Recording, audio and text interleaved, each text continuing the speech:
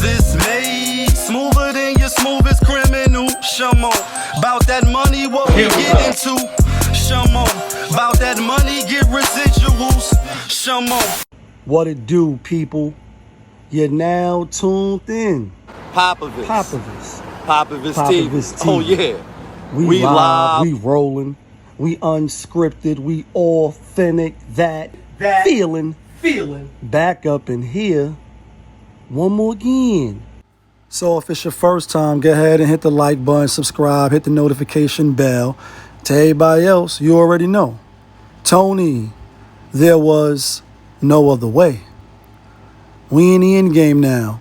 I'm going to plead the fifth, like that absolute coward, Tony Fauci. 111 You got a times. pardon, and you're in front, and you pleaded over 100 times at the White House. What are you scared of, Tony? How much time did the network spend at that? How much time did they spend on my responses every week, on my vaccination status, on Taylor and Travis's wedding? Now you can't talk about the COVID stuff because obviously it was made, in a lab in China. That's like not even questionable anymore. Tony Fauci is an absolute criminal. A lot of people had probably fake vax cards back in the day too. I mean, I remember seeing some of the vax cards. I'm like, it was like written in crayon. I'm like, all right, so we're going to pass that off, but we're going to be second-rate citizens over here. I got to wear a yellow armband, train in the back. Can't be around more than 3 people. Oh, you got to wear a mask when you do your interview, and all of us are going to be masked up the entire time back here. We're 20 feet away from you because that's safety first. What a crock of shit we had to go through. I'm going to plead the fifth, like that absolute coward, Tony Fauci. Let's talk about A-Rod real quick. Yeah, Aaron Rodgers, discount, double check. You know what I mean? He's a bad man, right? And he is a bad man. Pittsburgh Steelers, they was on, I guess they trained, football. Football soon come. Football soon come, and basketball soon come as well. August next month.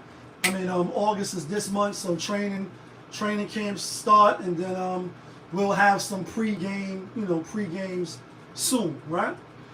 Anyway, they was on the Pat McAfee show today, right? And Mike McCarthy was on there, J.J. Watt, Hainsworth, or Hainswood, I think that's his name. Sorry if I'm missaying his name. But Pat McAfee is the guy, right? He gets the football people on the show. So they on there talking about the Pittsburgh Steelers, Aaron Rodgers, second year around, 1 full season under the belt, full training camp, etc. Reuniting, and it feels so good with Paul McCarthy, but Mike McCarthy, right? And Aaron Rodgers was one of the last ones. I was getting ready, like I said, it's my day off, so I'm doing stuff on the computer. I'm just doing housework, feeding my cat, cleaning up, shit like that. And ESPN is on in the back. I don't watch it as, regularly as I used to watch it, right? For a lot of reasons. But I like Pat McAfee, so let's be clear. And when they got the A-Rod, I did sit down. You know what I mean? I said, let me see what A-Rod talking about, right? And what made me sit down is I caught it right when he started being interviewed. And it was, asking him like, so how does it feel for your last year? Do it feel a little different? Is it fun? And, kind of warming up to open up for the interview. Mind you, A-Rod was on the Pat McAfee show, if I'm not mistaken, every week last year. Or for some of the season, throughout the season, he was on their show, reporting. Right? So they cool. And he kind of cut that shit off right away. You know what I mean? Sally Sales, what's the word? Harlem in the building. He like, let's talk about this Fauci shit. And how that nigga's a coward, right? And it was like, oh. And as soon as when he started, going that route and that train of thought, I immediately remember how ESPN, the Ryan Clark's, who's not there no more, ironically, right? Do you ever think about when you out of here, your record deal, video, out of here, Mercedes-Benz and Range Rover, out of here, right? He's out of here. You're fired. ESPN was going at Aaron Rodgers hard. Just like they was going at, just like Stephen A. And Stephen A., how they was going at Kyrie Irving standing 10 toes down with not taking the jab, right? Aaron Rodgers was also one of those same individuals. Sitting in the room of darkness, 40 days, 40 nights, taking his time and, you know, having some unpopular or not the politically correct answers, right? And basically saying what's on his mind. As a older gentleman, you know, old motherfuckers, I'm gonna say I'm old, I'm an unk, I'm old, whatever category you want to put me in. I don't feel that I'm old at all. I mean, but I'm aware that my age says that I'm in that category. But we say what the fuck is on our minds, and we unapologetically about it. You know what I'm saying? We ain't apologizing about it. So that's what he was doing last year, to the point where I think he was taking shots at Jimmy Kimmel and all that. Then Pat McAfee like, well, we're going to stop having Aaron Rodgers on the show. But then he had him on the show. So, you know, basically, they're like, yo, they gave this nigga immunity. He couldn't even go up there and be honest, you know, and keep it a buck with the American people. And you a criminal. And then, you know, what also, not was shocking, when you put the beat on, I'm not shocked and amazed.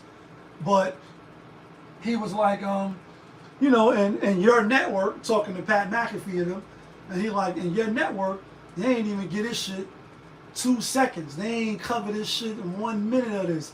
But last year, you know, or, you know, when this stuff was going on, and I was speaking out and had different views and opinions, y'all was making it a, you know, a talking point. All these, you know, ESPN analysts and what have you had my name in their mouth, basically. I've lost so much respect. I'm ashamed of him right now. I think we're seeing a very different side of Aaron Rodgers. I think we're seeing a side of Aaron Rodgers that people are really, really disgusted by. I'm making a decision that's based on what's best for me and my own health. And for me, it was a no-brainer. He literally is sitting home because he might kill someone. First, he endangers people's lives. Then he doesn't take responsibility and makes up some story. Then he blames the woke crowd. He should speak at the Republican convention. The problem with this is it is so political. And health should not be political. He gave this interview on Friday that was just so damaging, promoting conspiracy theories, attacking the cancel culture and the woke mob, you know, saying how Joe Rogan was his expert analysis. While he says he talks to Harvard MDs about stuff, it was Joe Rogan that really guided him. He took stuff that is for horses. Ivermectin is a cattle dewormer. Sorry, folks, that's what it is. The embarrassment was going to begin as soon as he pointed out Joe Rogan as one of his touchstones of his critical thinking. I'm going to critically think about what's best for my own health. I'm not judging anybody else. What we've got today with this interview is a public figure spreading misinformation. Aaron Rodgers is comfortable sitting down for 50 minutes and spewing verbal diarrhea that we can all react to. It is a devastating prospect, the ramifications of what this guy is doing and what he's saying. He sounds like a crackpot. Have they talked about exercise, a healthy diet, like eating real food, drinking water, taking vitamins, vitamin D deficiency, and what that causes in the body? No, there hasn't been any of that. I think that was a rant that went off the rails several times, divorced from reality at almost every turn. You came across as a national embarrassment. Do you think Aaron Rodgers set the dumb jock stereotype back? I'm going to have the best immunity possible now, based on the 2.5 million person study from Israel, that the people who get COVID and recover have the most robust immunity. For him to perpetuate that, I guess it just shows us that he doesn't care. I have lost so much respect. I'm ashamed of him. Now, y'all not covering this at all. You dirty bastards. Basically, that's what he was saying. You dirty rats, you bastards, right? And you ucking bastards. That's what he wanted to say. You fucking bastards. You know what I mean? That's basically what he wanted to say. Money hungry, what's the word? And I agree. And you know, we know that ESPN is owned by Disney, etc. So they got the agenda and what have you. But they ain't covering it. I haven't seen not one thing, you know, be covered on ESPN about Fauci, you know, pleading the fifth 80-some times. That's how the interview started off. When they was asking him, how you feeling? Is it fun? And this and that.